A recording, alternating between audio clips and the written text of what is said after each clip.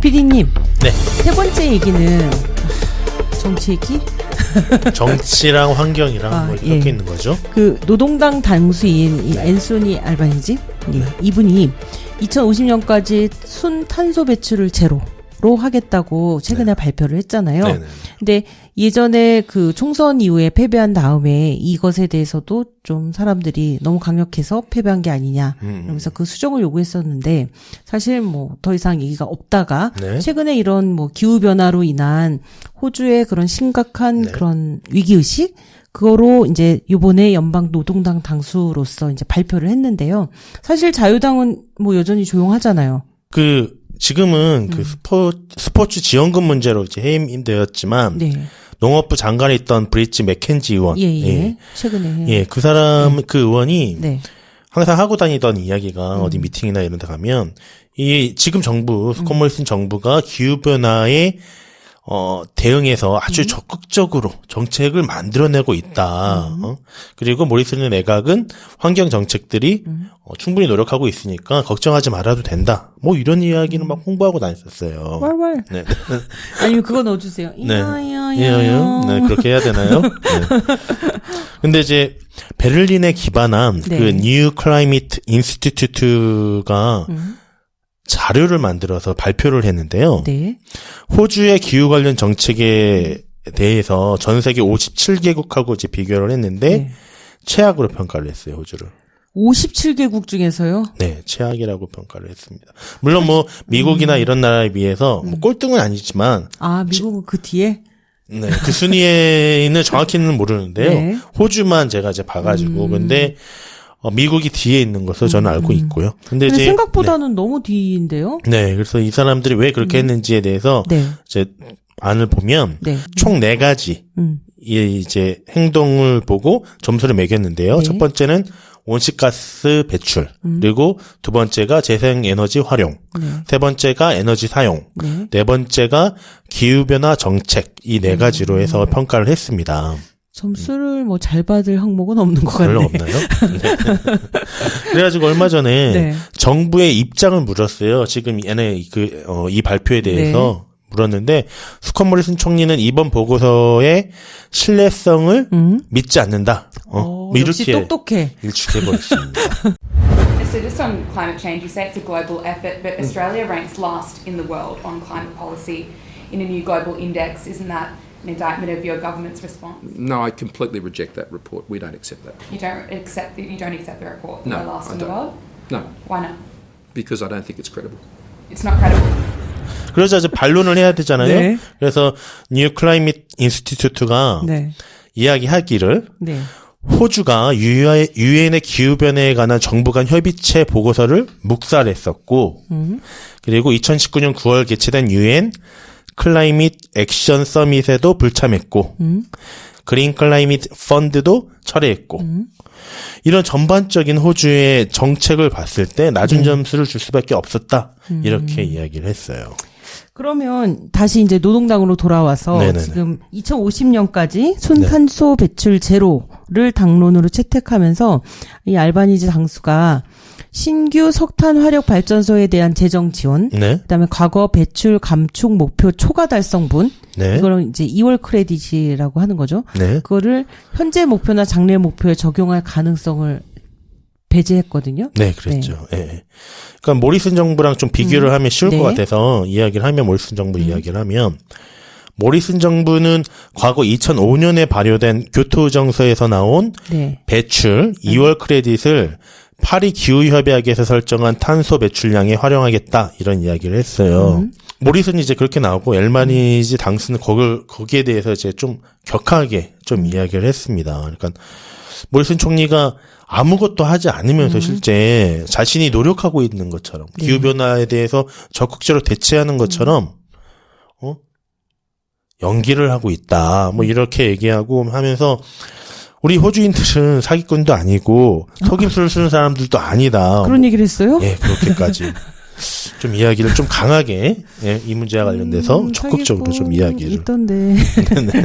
네. 그렇군요. 근데 이 기후변화가 항상 어려워요. 그 네. 이유가 되게 이게 히스토리가 있잖아요. 네. 그래서 교토의정서가 있고, 그 다음에 파리 기후협약이 있고, 어쨌든 그 시대에 계속 이렇게 전 세계, 우리나라뿐만 아니라 전 세계적으로 이렇게 발맞춰 갔던 그런 흐름이 있기 때문에 네네. 그 얘기가 항상 나오는데, 그거를 개념을 확실하게 잡아주면 우리가 좀 더 이해하기가 쉽거든요. 네. 그래서 교토의정서랑 그 다음에 파리 기후 협약에 대해서 좀 다시 한번. 네. 그러니까 이 기후 탄소 배출과 관련돼서 협약을 맺은 게 딱 2번 있었던 겁니다. 네. 교토정서랑 네. 파리 기후 협약 이 두 네. 건이 있는데요. 교토정서는 2005년도에 발효됐고요. 그러니까 네. 과거에 발효됐던 거고 네. 파리 기후 협약은 2015년 16년에 이제 맺은 협약인데 2020년 올해부터 발효되는 건수입니다. 일단은 파리 기후 협약 먼저 이야기하면 190여 개국이 참여했고 네. 2100년까지 지구 평균 기온을 산업화 이전 온도가 있을 거 아니에요? 네. 그거보다 높더라도 네. 1.5도씨까지만 높게. 그보다 좀 낮추게. 산업화 이전이라 그러면 우리 그때 네? 온도가 있어요? 아, 그럼 다 있죠. 아, 네. 예, 측정하는 온도가 있죠. 예. 네네. 그러니까 거기에 맥시멈 1.5도. 몇만 년, 몇십만 년, 몇백만 년 온도 다 있습니다. 저는 네. 뭐 제 온도뿐이 몰라서. 네, 알겠습니다. 네. 37점. 36.5도. 아, 그런가요? 땀 흘리면 37. 항상 37인 것 같은데. 네. 어쨌든. 네. 예. 그래서 이제 그 이하로 낮추겠다. 그러니까 기온 상승은 막겠다라는 거죠. 그렇죠. 1.5도 예. 안으로. 예. 그럼 줄여서 그 온도를 막는 것뿐만 아니라 내릴 수도 있나요? 그럼요. 탄소 자체를 배출을 줄이고 이 대기에 탄소랑 메탄이나 이런 것들을 줄였을 때 기온이 다시 원상태로 돌아갈 것이다라고 과학자들은 이야기를 하고 있는 거죠. 네. 네. 그래서 그거를 이제 1.5도씩 이하로 낮추기 네. 위해서 각 국가들로 하여금 국가 결정 기여, 그러니까 뭐 Nationally Determined Contribution (NDC라 불리는 국가 결정 기여를 제시하도록 너네 국가들 제시해라라고 각자. 이야기하는 겁니다. 예. 그러니까 이 NDC는 그러니까 뭐 호주에서 2100년까지 그 온도, 그러니까 1.5도씨 미만으로 내리기 위해서 어떤 노력을 할 것인지 이야기하는 거거든요. 네. 그래서 호주도 만들어냈고, 네. 뭐 한국도 만들어냈고, 네. 각 나라들이 만들어낸 거죠. 네. 예.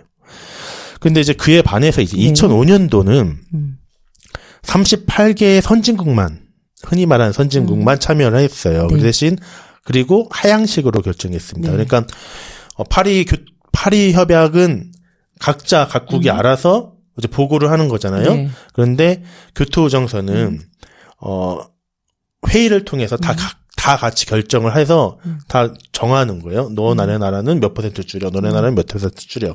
이런 형식으로 한 겁니다. 그래서 이런 거에 부담을 느낀 미국, 뭐 캐나다, 뭐 일본, 러시아 이런 나라들은 빠졌거든요. 걔네는 맨날 나가는 것 같아요. 특히 미국. 그런가요? 미국은 요번에도 나갔죠. 네, 거기서 파리에서 나갔죠. 예.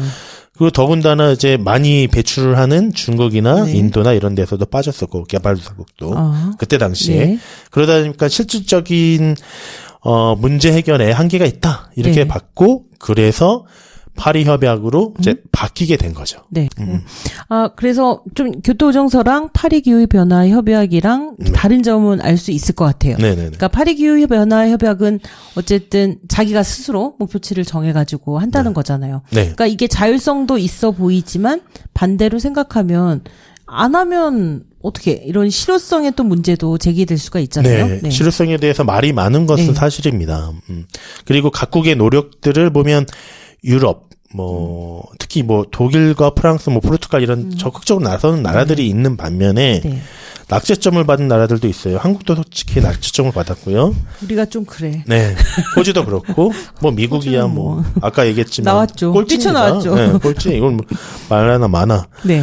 그런데 이제 2020년 올해부터 정말 중요해요. 이 파리 협약이 이제 발효되는 시점이니까. 근데 이제 생각을 해보면 네. 이제 파리 협정이 교토정서랑 다른 것 중에 하나가 NDC라고 해서 네. 투명하게 어떻게 줄이겠다라고 발표한다라는 거잖아요. 네. 그거를 이제 2년마다 우리가 어떻게 이 실현하고 있는지 보고를 해야 돼요. 그걸 또 그거는 모든 강제예요? 사람들이 볼 수 있게끔 다 해놓고요. 그리고 5년마다 네. 글로벌 이행 점검을 하기 위해서 또 목표 달성치 또 얼마나 하는지에 대해서 또 발표를 하게 돼 있어요. 네. 그러니까 이게 계속해서 투명하게 많은 사람들이 볼 수 있으면서 그 각 나라들을 개개인이 평가를 할 수 있게 만들어 놓은 거예요. 그렇다면 지금 호주의 기후변화에 대해서 되게 심각하게 느끼고 이런 사람들이 이 정부가 얼마나 노력하고 있는지 보면서 뭐 선거를 통해서든 아니면 뭐 시위를 통해서든 강제적으로 아니면 종용하게끔 활동을 할 거 아니에요. 네. 그걸 통해서 각 정부들을 움직이게 만들자. 이런 차원의 좀 효과적인 고민을 했던 거였죠. 그러네요. 이게 왜냐하면 이제, 우리가 지난주에 그 얘기 했었잖아요. 네네. 그 탄소 배출 감소 실현을 위해서 각계 노력이 있고, 네. 그다음에 지난주에는 우리 과학자들이 나서서 했죠. 호주 정부에 공개 서한을 보냈던가? 예, 네. 그런 얘기를 했었는데요. 이번 주에도 종교계 대표들이 스콧 모리슨한테 이제 공개 서한을 보냈다고 해요. 그러니까 네, 그렇습니다. 이런 흐름들이 이어지면 아무래도 정부가 움직일 수밖에 없겠죠. 그럼요. 근데 지금 어쨌든 노동당은 빠르게 눈치채고 다시 한번 얘기를 했고, 네, 네. 예, 그리고 이제 스콧 모리스는 뭔가 아직은 명확한 입장을 안 밝힌 상태인 거니까 뭔가 자극이 되지 않을까요? 네, 자극은 될 텐데, 네. 근데, 얼마 전에 이 광산 개발과 관련돼가지고, 적합도 조사를 하는 돈을 투자를 했어요. 네. 정부에서. 저번 주인가요? 저번 주인가요? 그러니까, 아직까지 광산 개발에 대한 꿈을 버리지 접지는 못하고 있어요. 있는 상태라고 봐야 될 것 같아서. 딜레마야. 예. 스콧 모리슨의 딜레마는. 네, 참 안타깝습니다. 그래서 호주 종교계 대표들의 그 내용을 보면 되게 뭐랄까 좀 와닿는 내용도 있고 이래서 좀 이야기를 하면 화석 연료, 즉 석탄으로부터 탈피할 수 있도록 지도력을 발휘해 달라 이렇게 요구했고요. 그러면서 수출 안 하면 되잖아요. 네, 지도력이 딴 거 아니고. 그러면서 대표들은 네. 기후변화에 따른 자연적 재앙은 신의 창조물을 파손하는 행위이며 원주민 및 농촌 지역 사회를 절대절명의 위기로 내몰았다. 이렇게 지적했습니다. 그리고 또 마지막으로 한 거는 정부가 추구해온 그 기후변화 이 정책이 현명하지 못했고 부적절했음을 슬기롭게 인정하고 역사의 순간에서 결단을 내려라. 뭐 이런 식으로 정리를 했습니다. 네. 아니, 저는 2020년이 왔으니까 이제 파리 기후변화 협약의 목표를 달성하는 그런 어떤 노력을 강제할 우리가 역할은 있다고 생각하고요. 해야죠. 그다음에 작년에 우리 산불, 그다음에 홍수, 가뭄 이런 것들에 대해서 되게 무방비 상태인 정부를 우리가 발견했잖아요. 네. 그래서 그것에 대한 또 그런 디테일한 노력들, 디테일한 그런 대안들을 정부가 제시하고 그게 또 장기적인 대안들로 좀 이어져야 될 것 같다는 그런 생각을 하게 돼요. 우리가